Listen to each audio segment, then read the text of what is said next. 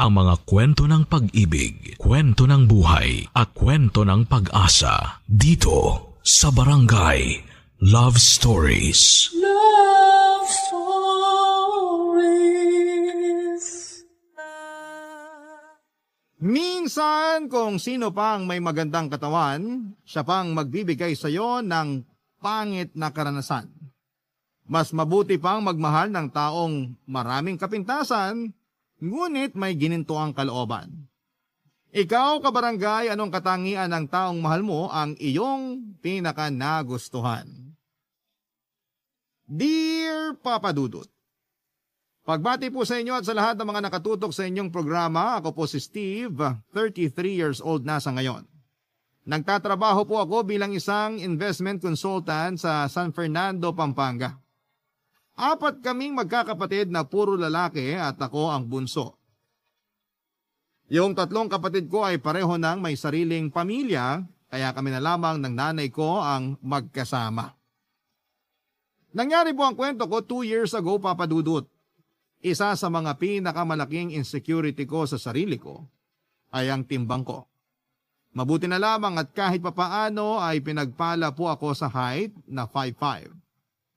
Maliit pa rin po ako kumpara sa ibang lalaki pero ipinagpapasalamat ko na po yun dahil nabawasan ang ipanlalait sa akin ng mga tao sa paligid ko.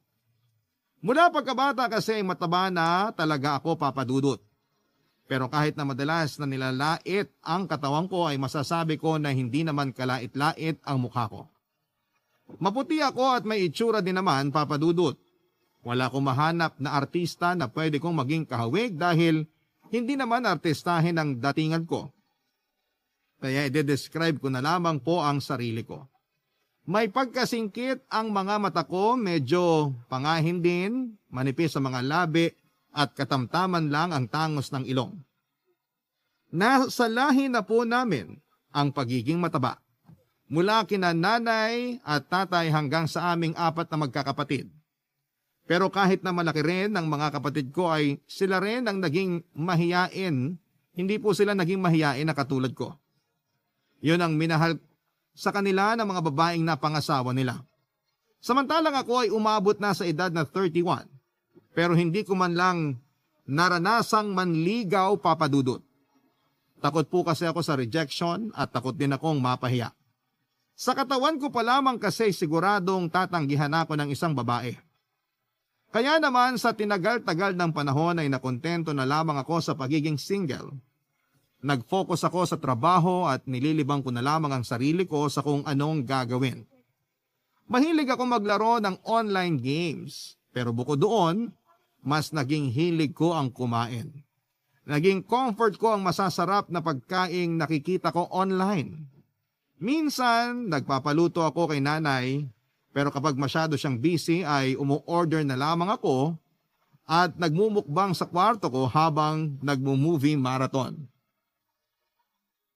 Papa Dudut, bukod sa pagkain ay may isang bagay pa akong kinakahiligan. Nawili po ako sa pakikipag-usap sa mga magagandang babae sa isang dating app. Dahil mukha ko lang naman ang nakikita nila sa picture, ay naging confident ako sa pakikipag-usap sa kanila, Papa Dudut. Tumagal naman ang 1 buwan ang mga nakakausap ko. Pero tuwing nakikipag-meet na sila sa akin ay bigla na lamang silang hindi dumarating. At hindi na nagpaparamdam muli, Papa Dudut.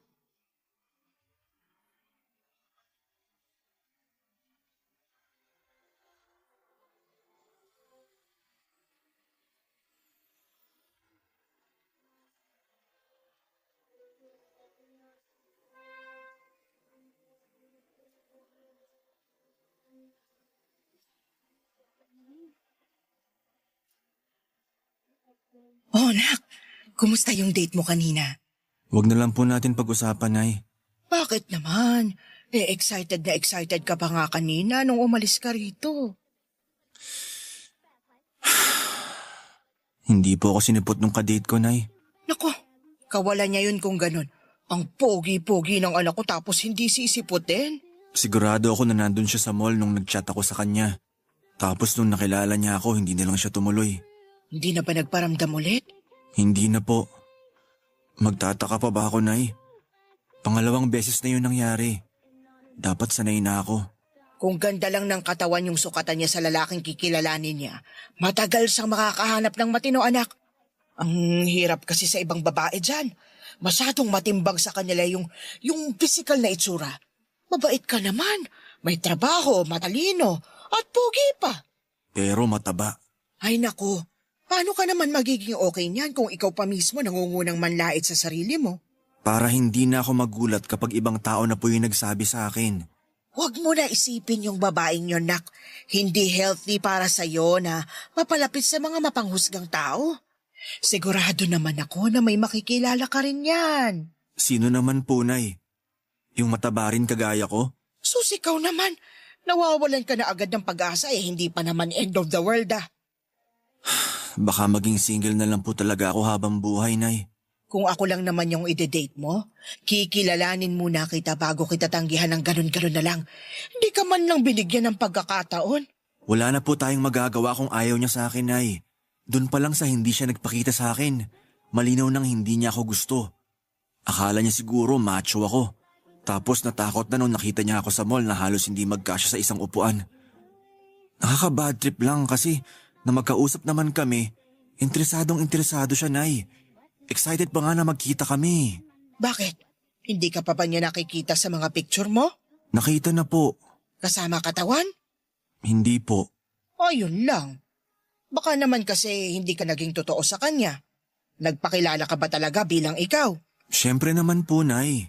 Pero dapat, sinabi mo pa rin na mataba ka para hindi siya nag-expect. Hindi mo rin naman pala siya masisisi kasi hindi ka nagpakatotoo sa kanya. Ay, sa susunod, alamin mo muna kung gusto ba nila ng mataba o yung maraming abs para alam nila yung aasahan nila sa pagkikita nyo. Tsaka, dun pa lang, makikilala mo na kung sino yung dapat at hindi mo na dapat pang kausapin, anak. Ikaw lang din naman yung masasaktan sa ginagawa mo. Alam ko naman po yun, Nay. Nahiya lang po talaga ako kasi nag-expect agad siya na maganda rin yung katawan ko. Hindi naman po kasi halata na mataba ako kapag mukha ko lang yung nakikita niya.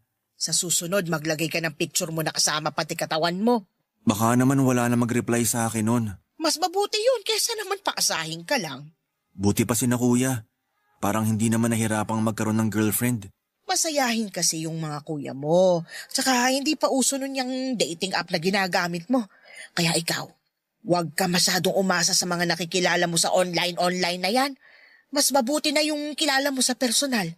Alisin mo na yung app mo dyan sa cellphone mo at makipagkilala ka na lang sa personal. Opo, Nay. Pagkatapos kong makipag-meet sa huling babaeng nakausap ko sa dating app, ay nangako na ako sa sarili ko na hinding-hindi na ako makikipag-usap kahit kanino mula roon. Naisip ko na tama naman si Nanay Papadudot. Mas mabuti nga na sa susunod na makikipag-date ako ay doon na sa babaeng nakita na ako at tanggap na mataba ako. Ibinuhos ko na lamang muna noon lahat ng sama ng loob ko sa pagkain at sinubukang kalimutan ang mga nangyari. May mga naging kaibigan naman akong babae noong college pero after namin makagraduate ay hindi na nila ako pinansin kahit na kinukumusta ko sila sa social media account nila. Sa trabaho naman ay naging kaklose ko yung boss kong lalaki. Biniro niya nga ako noon na kung may kapatid lang siyang babae ay irereto niya sa akin, Papadudot. Pero sa isip-isip ko naman noon, kahit sino pa ang ireto sa akin ay hindi rin naman ako basta-basta magugustuhan. Ilang buwan matapos akong i-ghost ng sanay kadate ko ay sinabi sa akin ni Nanay na inireto niya raw ako sa anak ng kaibigan niya. Nagulat ako noong sinabi niyang pumayag daw itong makipag-meet sa akin matapos niyang ipakita ang pictures ko. Anika raw ang pangalan ng babae, Papadudot. Pero kahit na anak pa ng kaibigan ni Nanay ang imi-meet ko ay hindi pa rin ako masyadong umasa. At para hindi na muli pang mag-ghost ay nagpa-late ako sa napag-usapan naming oras, Papadudot.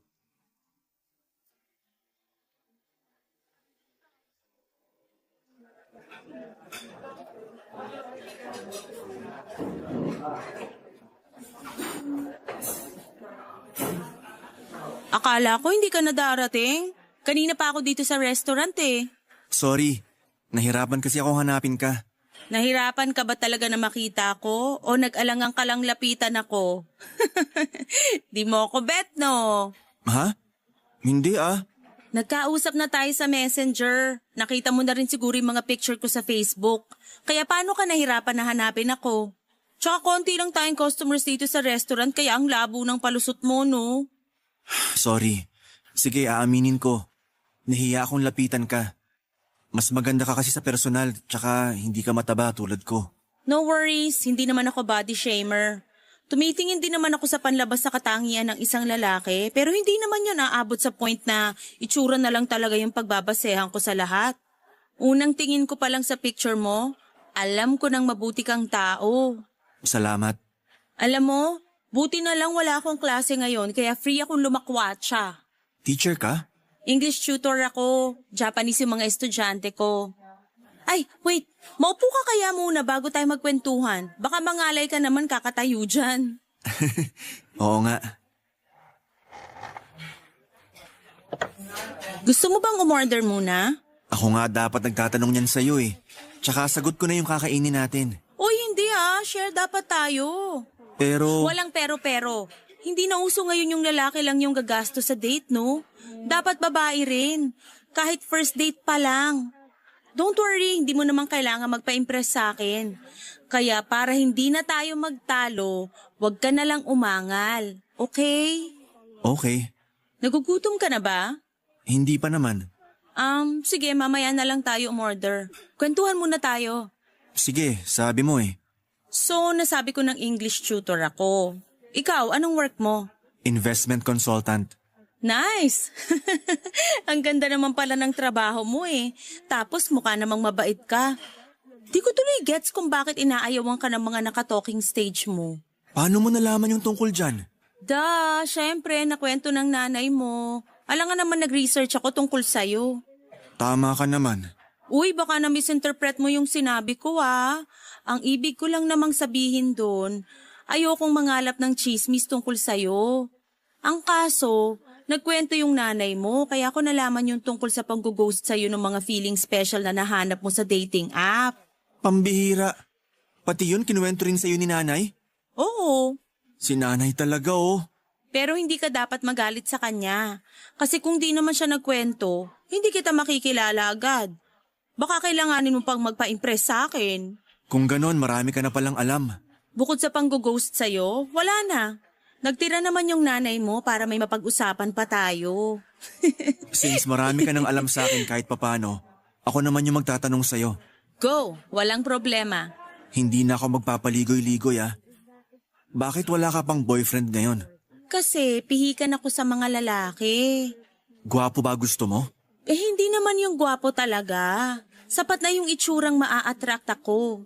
Di ko ma-explain Basta kapag nakita ko yung isang lalaki at nagustuhan ko kagad, yun na yun. Okay, gets ko naman. May tanong ka pa? Ikaw na muna. Sige, hindi na rin ako magpapaligoy-ligoy. Tuloy ka na ba? Huy, okay ka lang? Bakit bigla ka namang inubos sa tanong ko? Malay ko ba na ganyan ka magtanong? Masama bang itanong yun? Hindi naman, pero babae ka kasi kaya... Kaya nakakailang na itanong yon. Sus! Sa mga doktor nga walang mali siya kahit nakikita nila yung iba't ibang parte ng katawan ng mga pasyente nila Hindi sila naiilang. Tapos ako tinanong ko lang naman kung tuli ka na. Kahit nga itanong ko kung virgin ka pa, hindi ako mahihiya Sarap lagi ng tape niyang bibig mo. Masyado ka madaldal. Oy ka So, ano nga sagot mo dun sa tanong ko? Siyempre tuli na ako. Happy? Sinusubukan lang naman kita. Papa Dudut, hindi ko inaasahan na magiging ganon kasaya ang unang pagkikita namin ni Anika. Masaya siyang kausap at siya rin yung tipo ng tao na hindi nauubusan ng sasabihin. Kaya hindi kami nauubusan ng topic. Kung hindi lang nakakahiya sa ibang customer at sa staff sa restaurant ay baka hindi na kami umorder ng pagkain at nagkwentuhan na lamang. Kahit na anong pilit ko na ako na lamang ang magbabayad ng pagkain namin, ay hindi talaga pumayag si Anika. Hindi na lang ako nakipagtalo para hindi siya mairita. Yung first date namin ni Anika ay nasundan pa ng nasundan. Hanggang sa umabot na nga ng ilang buwan yung pag-uusap namin. Mapa-chat man o personal. Kadalasan pa ay inaabot na kami ng madaling araw sa pag-uusap. Pero kahit na gustong-gusto naming kausap ang isa't isa, Papa Dudut, hindi ko sigurado kung pareho nga ba talaga kami ng nararamdaman. Noong mas nakilala ko kasi si Anika, Papa Dudut, na-realize ko na friendly naman siya sa lahat. Pero muling nabago ang iniisip ko nang siya naman ang nagayang mag-date kami. Medyo kinilig pa nga ako noon dahil first time nangyari na may babaeng nag-aya sa akin na lumabas.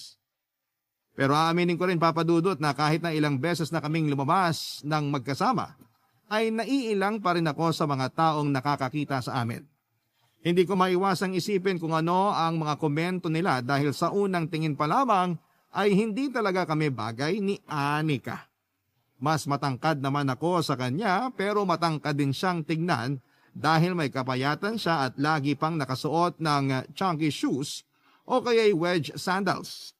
Tuwing nahalata naman niya, ang pagkailang ko ay lagi siyang nagpapatawa para pagaanin ang kalooban ko.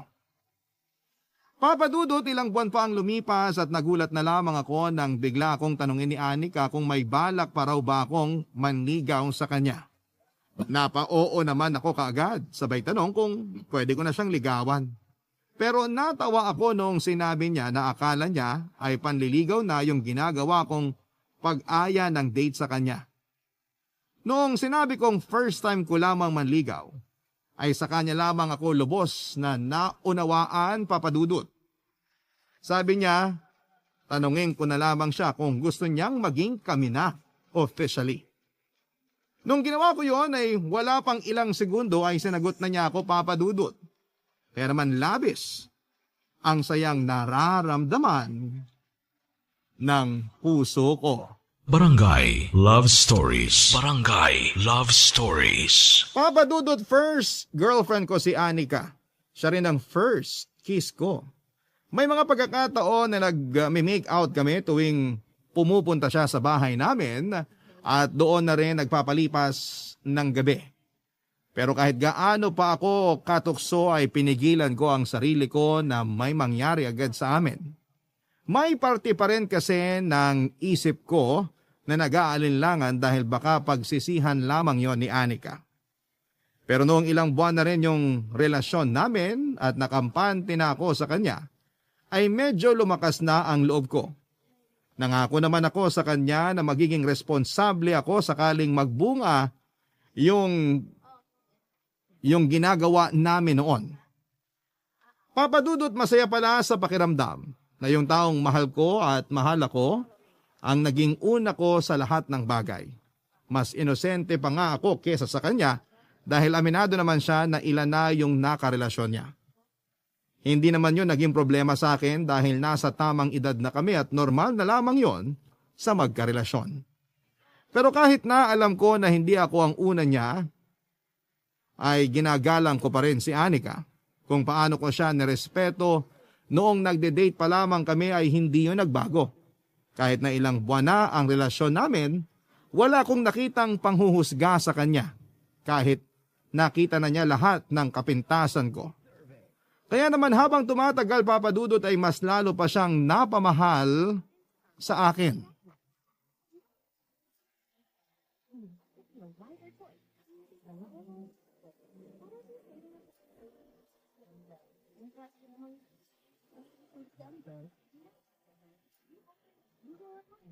Nak, mukhang napapadalas na yung pagtulog ni Anika dito ah. Ano, malapit na ba ako magkaapo sa inyo? Nay naman ang dumi po ng utak nyo. Anong madumi? Matatanda na naman tayo, Nak. Kaya wala tayong dapat ikahiya. Tsaka, sakali namang mabuntis mo si Anika, alam kong pananagutan mo siya. Kayang-kaya mo na siyang buhayin. Hindi nyo pa ba napag-uusapan ng kasal? Ilang buwan pa lang po kami, Nay. Wala pa nga kaming 1 taon Tsaka nakadepende po yan kay Anika. Kung kailan siya ready, tsaka lang kami magpapakasal. Ayoko siyang pilitin na matali agad sa akin. Mamaya hindi pa pala siya sigurado na ako na talaga yung gusto niyang makasama habang buhay. Oh, ayan na naman yung pagiging nega mo. Ang hirap kasi sa'yo, lagi mong iniisip na iiwang ka pa ni Anika. Dapat matuto ka ring magtiwala na totoong mahal ka nung tao at sapat na yung pagmamahal niya sa'yo para manatili siya sa tabi mo. Naku, kapag nalaman niya na ganyan ka mag-isip, siguradong sasama loob nun. Ang hirap naman po kasi, Nay. Hanggang ngayon kapag lumalabas kami na magkasama, kitang-kita ko kung paano kami hinuhusgahan ng mga tao. Kayong dalawa lang ang nasa relasyon niyo. Hindi kasama ron ng ibang tao. Kaya bakit mo iisipin ang opinyon nila? Hindi naman sila yung pakakasalan mo, kundi si Anika. Pero parte rin po ng buhay natin yung mga tao sa paligid. Palagi ko pa rin silang makikita tuwing lumalabas ako. Nasa sayo naman yan kung magpapaapekto ka sa kanila o hindi eh. Isipin mo na lang, nagagwapuhan sila sa'yo kaya kanila tinitingnan. Napakabolera niyo po talaga, Nay. Sus! Baka hindi mo alam. Hindi lang si Anika yung patay na patay sa'yo. Meron pa po ba? Yung anak ng kapitbahay natin. Lagi akong tinatanong nun kung nandito ka na. Mukhang alam na alam yung oras ng uwi mo eh. Yung singkit ba nating kapitbahay yung tinutukoy niyo? Oo, siya nga. Kaya wag mong isipin na lahat ng tao sa paligid mo mapanghusga at pinagtatawanan ka ha. May iba dyan na makausap ka lang, sobrang saya na. Nay, may girlfriend na po ako. Ayoko na makipagkilala o makipaglapit pa sa ibang babae. Sa tono niyo kasi parang gusto niyong i-entertain ko pa siya eh. Baka kung ano pang isipin ni Anika. Alam ko naman. Kaya nga kapag nagtatanong sinasabi kong kasama yung girlfriend mo para hindi na siya mangulit. Salamat, Nay. Anak, may sasabihin pala ako sa'yo. Ano po yun, Nay? Yung ex-boyfriend ni Anika, nakita raw ni Mari kahapon. Po? Umuwi na raw galing South Korea. Hindi niya kasi nabanggit sa akin yung tungkol sa ex niya. Baka naman ayaw na niyang pag-usapan. Sabi naman ni Mari, 2 taon na raw na wala yung dalawang yun. Nung tinanong ko kasi siya kung bakit wala pa siyang boyfriend, sabi niya pihikan daw siya sa lalaki. Pero hindi niya nabanggit yung tungkol sa ex niya. Pero alam mo naman na may mga nakarelasyon na siya dati, hindi ba? Opo, Nay. Pero hindi na rin naman ako nagtanong tungkol sa kanila. Parang nag-iba lang yung pakiramdam ko dun sa sinabi niyong ex ni Anika. Yun bang parang may hindi magandang maidudulot yung pagdating niya? Sinasabi ko na nga ba, magpapakanega ka na naman. Alam mo nak, ang mabuti pa, kausapin mo si Anika. Sabihin mo na nabanggit ko yung tungkol sa ex-boyfriend niya para mabuksan yung usapan. Mas mabuti ng pag-usapan niyo yon kesa naman mabaliw ko sa kakaisip dyan. Paano kung magkabalikan sila? Mukhang malabo yung sinasabi mo. Mahal na mahal ka kaya ni Anika. Hindi lang po talaga ako mapakali. Wala na po bang ibang nakwento sa inyo yung mama ni Anika? Meron pa naman. Sabi niya, kaya raw naghiwalay yung dalawa dahil ayaw ni Anika ng LDR. Yung boyfriend naman niya na yon, kailangan na talagang umalis para magtrabaho. Kaya ayun, nakipaghiwalay na lang ng tuluyan si Anika. Wala na pong ibang dahilan? Oo, bakit parang gusto mo pa ng mas malala pang dahilan?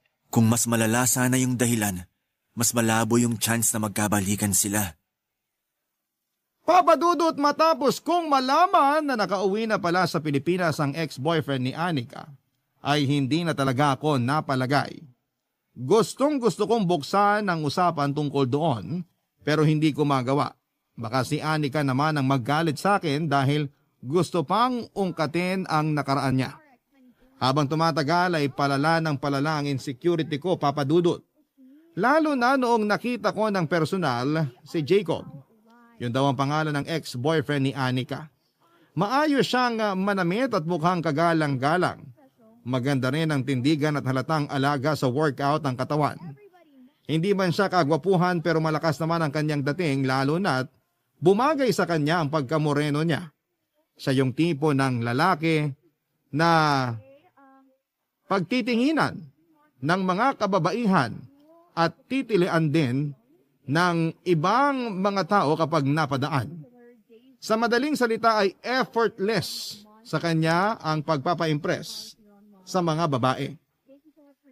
Samantalang ako kahit magsuot pa ako ng pinaka mahal na damit, at magkakulay gold sa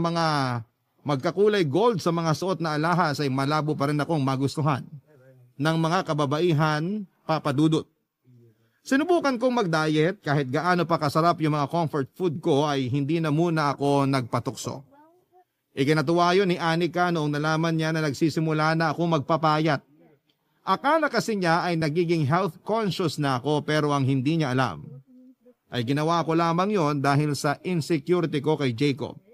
Isa pa ay gusto ko na rin na maging katanggap-tanggap sa paningin ng ibang tao. Naisip ko kasi na kung hindi siguro ako mataba, baka kiligin pa sila sa aming dalawa ni Anika. Kaya naman ginawa ko ang lahat. Makapagpabawas lamang ng timbang, Papa Dudut.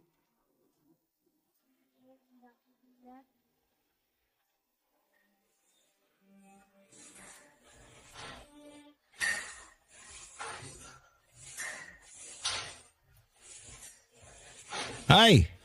Nagji-gym ka rin pala? Kilala mo ko? Bakit naman hindi? Nakwento ka na sa akin ng nanay ko.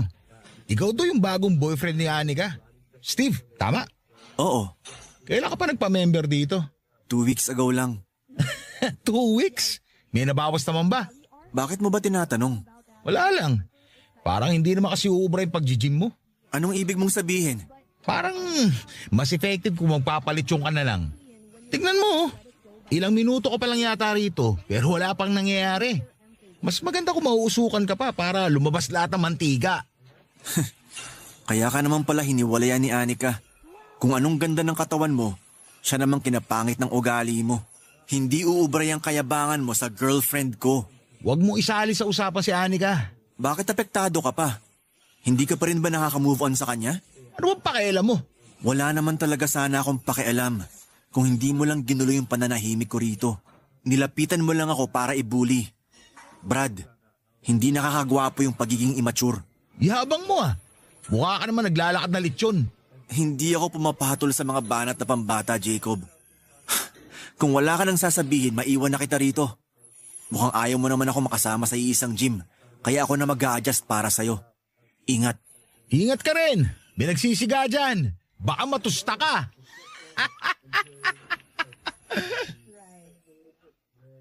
Babe, saan ka pupunta? Uuwi na ako. Ha? Ilang minuto ka pa lang ah. Sasamahan pa naman sana kita. May bully kasi dun sa loob. Ano? Pwede natin siyang ireklamo sa... Babe, wag na. Lumayo na lang tayo sa gulo. Gusto ko nang umuwi. Kumain na lang tayo ng ramen. Akala ko ba nagda-diet ka? Cheat day muna. Tapos bukas cheat day uli? Hay, hindi naman sa ayaw kita pakainin, pero akala ko talaga nagiging health conscious ka na. Kaya nga natuwa ako nung naisipan mo mag-gym eh. Madidisappoint ka ba ng sobra kung hindi ko na itutuloy yung pag-gym ko? Syempre hindi. Ikaw pa rin naman yung magdedesisyon para sa sarili mong katawan. Kung gusto mo ng ibang paraan para magpapayat, okay lang. O kung hindi talaga kaya, hayaan mo na. Basta mag-ingat ka na lang sa mga kinakain mo, saka mag-vitamins ka. Babe, may kailangan pala akong itanong sa'yo. Ano yon? Nag-usap na ba ulit kayo nung ex mo? Sinong ex? Si Jacob? Bakit mo naman naitanong? Sa pagkakaalam ko, hindi ko naman siya nakwento sa'yo. Bakit hindi? Ayaw mo ba siyang pag-usapan? Kasi hindi na dapat. Parte na siya ng past, babe. Kahit nga yung iba kong nakarelasyon, hindi ko na binanggit yung pangalan sa'yo, di ba? Naging honest naman ako. May problema ba tayo kay Jacob? Nasa loob siya. Ano? Nauna lang siya ng konti sa'yo. Kaya ba iniisip mo na nag-usap na kami kasi akala mo sabay kaming pumunta dito? Sorry. Sinabi ko na sa'yo, naging honest ako na may mga nakarelasyon ako noon. Hindi ko lang sila ginustong pag-usapan. Alam ko rin na nandito na sa Pilipinas si Jacob pero hindi ko alam na pupunta siya dito sa gym. Hindi kami nag-usap at wala rin akong plano na makipag-usap pa sa kanya kasi matagal na kaming tapos, okay? Kaya kung ano man yung iniisip mo ngayon, tigilan mo na yan.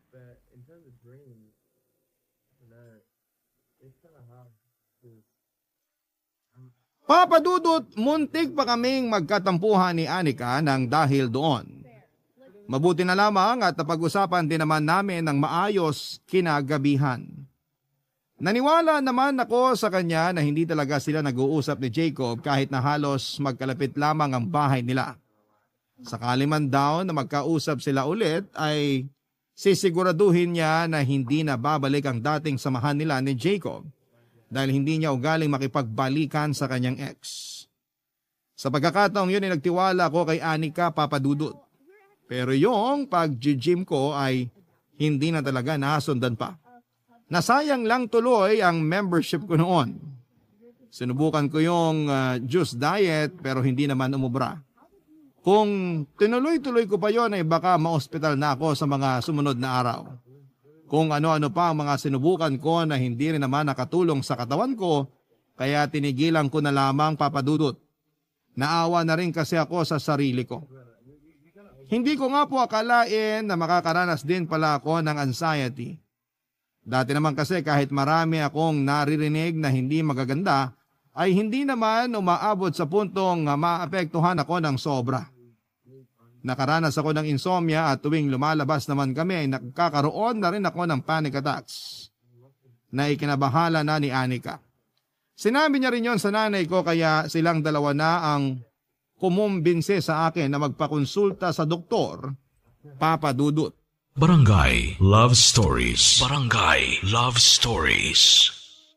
Papa Dudut, makalipas ang ilang linggo matapos akong kumonsulta sa psychiatrist, ay mas naging maayos na ang pakiramdam ko.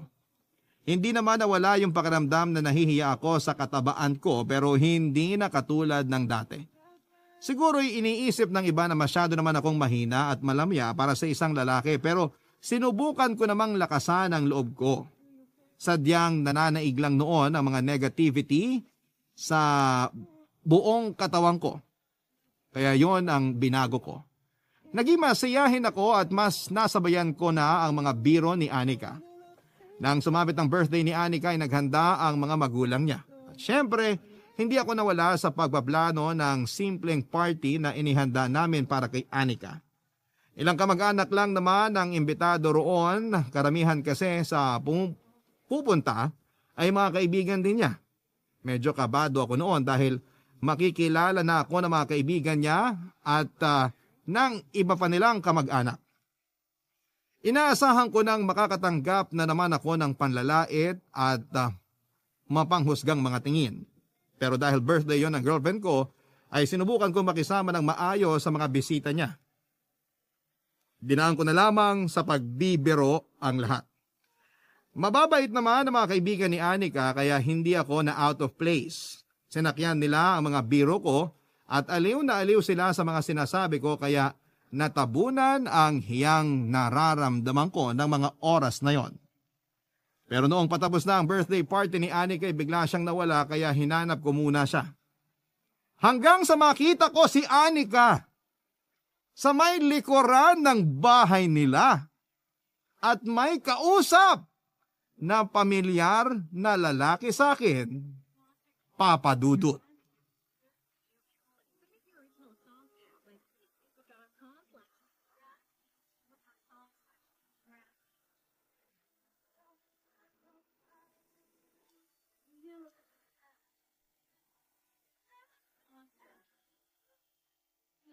Anong ginagawa mo rito sa birthday party ko?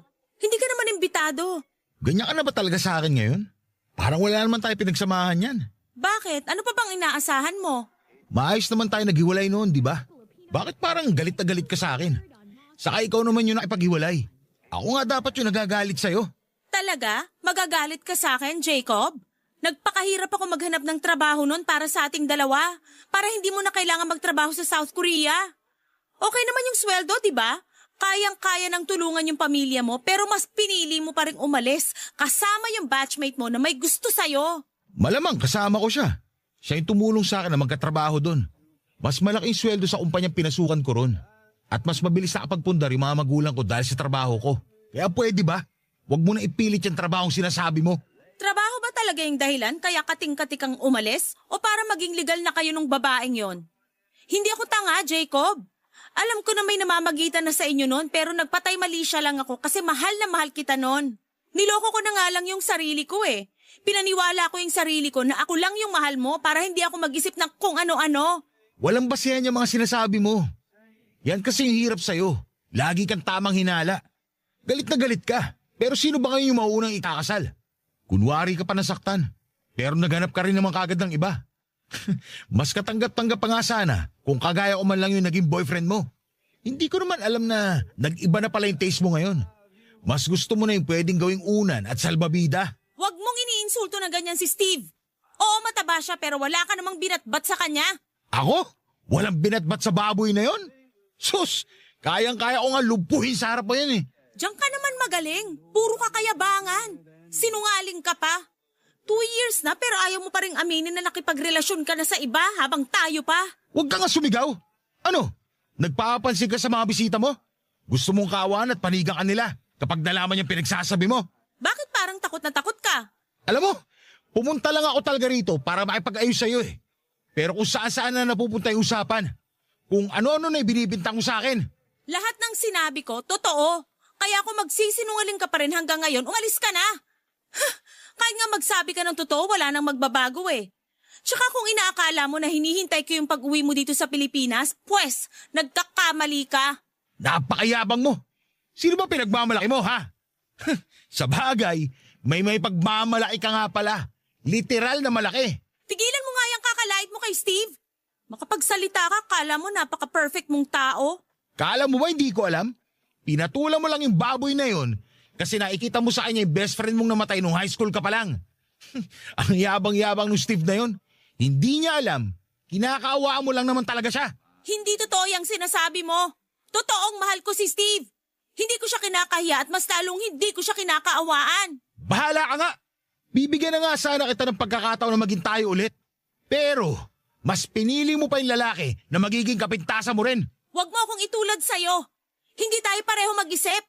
Ikaw kasi gusto mo maganda, sexy. Yung dapat perfect sa paningin mo yung babaeng papatulan mo. Pero ano nangyari? Nagtagal ba kayo? Iniwan ka rin naman eh. Tapos ngayon makikipagbalikan ka pa sa akin? Hindi na, Jacob. Maghanap ka na lang ng ibang babaeng maloloko mo.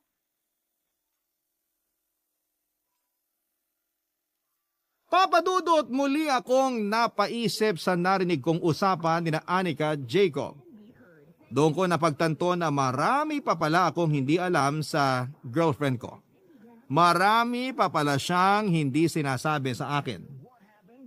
Sa dami ng mga napagkwentuhan naming dalawa ni minsan ay hindi niya nabanggit yung best friend niyang namatay. Napaisip ako noon kung bakit nangyari yon sa kaibigan niya. Gustong gusto ko na siyang tanungin pero hindi ko pa magawa dahil marami pa siyang bisita. Hinintay kong matapos yung birthday party ni Anika bago ko siya kinausap. Nanatili lamang akong nakaupo sa isang sulok habang pinapanood ang mga bisita niya.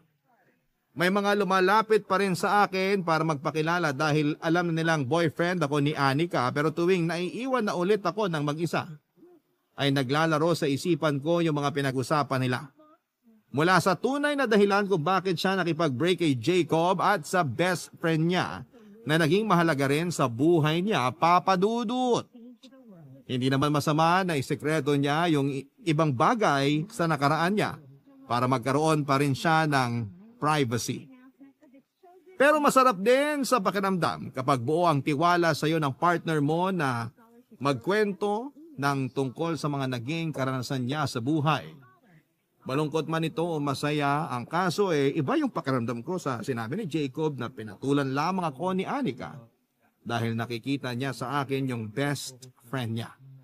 At para mabigyan linaw ang lahat, kinausap ko na lamang siya, Papa Dudut. Lahat ng ginagawa natin paghihirap ngayon, mag-accumulate to para na rin sa atin at sa pamilya natin. The search for the Monster Scholar 22 from the station that believes in the power of education. Manila Province, Monster, RX 3.1. Babe, pwede ba tayo mag-usap sandali? Tungkol saan? Pwede bang bukas na lang, babe? Pagod na kasi ko eh. Kakaalis lang ng mga bisita. Sandali lang to. Tungkol saan nga? Diretsuhin mo na lang kaya ako. Baka mamaya kung ano na yan ha. Si Jacob. Narinig ko yung pag-uusap nyo kanina. Nakita kita dun sa likod ng bahay nyo, kausap mo siya. Hindi ko naman sinasadyang marinig pero Na-mention na naman ako nung mayabang mong ex eh. So alam mo na. Ang alin? Yung mas malalim pang dahilan kung bakit nakipag-break ka sa kanya? O yung tungkol sa best friend mo? So alam mo na nga. Oo. Yung kay Jacob malinaw na sa akin eh. Hindi mo na siya mahal, di ba? Hindi na, matagal na kaming tapos. Bakit babe? Hindi ka pa rin ba naniniwala sa akin? Naniniwala ako, okay? Narinig ko naman lahat eh. At sa ugali ng lalaking yon, masasaktan ka lang ng paulit-ulit kung makikipagbalikan ka sa kanya. Alam ko naman yun, babe. Pero hindi na yun mangyayari kasi nandyan ka na, di ba? Siyempre naman. Sa tingin mo ba, papayag ako na makipagbalikan ka pa sa siraulong yon? Kung kinakailangan pakasalan na kita bukas para sa akin ka na talaga, gagawin ko yon, babe. Talaga? Pero bakit parang malungkot ka kanina? Hindi lang kasi mawala sa isip ko yung sinabi ni Jacob na pinatulan mo lang ako kasi nakikita mo yung best friend mo sa akin. Totoo ba yon? Siyempre hindi. Babe naman, matagal nang wala yung best friend ko at payapa na rin siya ngayon. Kaya please lang, patahimikin na natin yung kaluluwa niya. Sorry babe. Naisip ko rin naman na hindi totoo yon. Imposible rin na kinaawaan mo lang ako kasi iba yung nakikita ko sa'yo. Yung mga kagaya mo, hindi naman talaga kaawa-awa, no? Kamahal-mahal, pwede pa. Yung mga banat mo talaga. Parang ikaw yung lalaki sa ating dalawa eh. Sus, hindi mo na lang aminin na kinilig ka. Hindi ah. Kinilig ka, aminin mo na kasi. Sige na, oo na. Sabi ko na eh, patanggi-tanggi ka pa dyan. Oh, akala ko pagod ka na. Pumasok ka na dun sa bahay nyo. Magpahinga ka na. Mamaya na, dito muna ako sa tabi mo. Sige. Gusto rin naman kitang masolo ngayon. Dami kong kaagaw sa'yo kanina eh. Pwede bang iuwi muna kita? Pwede naman. Kaso baka hanapin ako ni Mama bukas ng umaga. Eh di sabihin mo, nagtana na tayo. Sa edad nating to, magtatanan pa ba tayo? Baka nga itulak pa tayo ng parents ko para magpakasal na eh. O kaya ipapamigay na lang talaga nila ako sa'yo. Parang maganda yun ah. Pabor na pabor sa akin. Maharot ka kasi. Ako ba talaga? O sige na nga, ako na lang uli. Babe, May itatanong ka pa ba? okay lang ba talaga sa'yo? Kahit hindi na ako magpapayat? Kung saan ka masaya, dun ako. Magiging masaya lang ako kapag hindi ko na kailangang isipin yung sasabihin ng ibang tao tuwing magkasama tayo. Eh di wag mong isipin. Focus ka lang sa akin kapag kasama mo ko. Babe, gusto ko pa rin ituloy yung pagpapapayat ko. Sure ka na ba? Oo, basta sasamahan mo ko. Yun lang pala eh. Walang problema sa akin. Sabi ko nga diba, kung saan ka masaya, dun ako. At kung masaya ka sa akin, sayong-sayo na ako. Papa Dudut, tinuloy ko nga po ang pagpapapayat ko noon. Bumalik ako sa pag-gym. Pinayuhan ako ni Anika na hindi ko naman kailangan pilitin ang sarili ko kung hindi ko talaga kaya. Pero tuwing naiisip ko ang mga reaksyon ng mga taong nakakasalubong ko, ay mas lalong tumitindi ang kagustuhan ko na magpapayat. Hindi na rin ako masyadong bumibili ng mga pagkain mula sa mga fast food chain. Kahit na hindi ako sanay na puro prutas at gulay ay sinanay ko na ang sarili ko para lamang matupad ang goal ko, Papa Dudut, na magbawas ng timbang. At sa awa naman ng Diyos, matapos ang ilang buwan ng pag-workout ko at pagdadiet ay nakapagbawas na ako ng 22 pounds. Malaking bagay na yon para sa akin at ramdam ko talaga na medyo gumaan ako. Sa ngayon naman ay malaki na ang nabawas sa timbang ko. Pero chubby pa rin naman akong tignan. Masaya naman ako dahil hindi na ako kasing taba ng dati at bumabagay na rin sa height ko ang katawan ko kahit papaano. Sa lahat po ng mga pinagdaanan ko, Papa Dudut, ay hindi ako iniwan ni Anika. Siya yung naging cheerleader at swole-mate o gym buddy ko. Ibinigay ko ang buong tiwala ko sa kanya at hindi ko naman yon pinagsisisihan. Masasabi ko na napakaswerte ko sa kanya. Sa panahon kasi ngayon ay mahirap nang makahanap na babaeng hindi tumitingin sa panlabas na katangian at tatanggapin ka kahit na ano paman ang kapintasan mo sa katawan. Kaya kung meron man sa mga nakikinig ngayon ang kagaya ko ng napagdaanan, tulad ng mga pangungutya at pambubuli dahil sa katawan, ay huwag kayong mawala ng pag-asa dahil may mga mabubuti pa rin namang tao na tatanggap sa atin. Papa Dudut, hanggang dito na lamang po ang kwento ko at maraming salamat po sa inyo at sa Barangay LS na siyang dahilan kung bakit marami pa kaming napapakinggang kwento na may hatid na pag-asa at inspirasyon. More power po sa inyong programa, ang inyong forever kapuso at kabarangay, Steve. Nagustuhan ng iyong napakinggan? Ituloy yan via live stream sa www.gmanetwork.com/radio.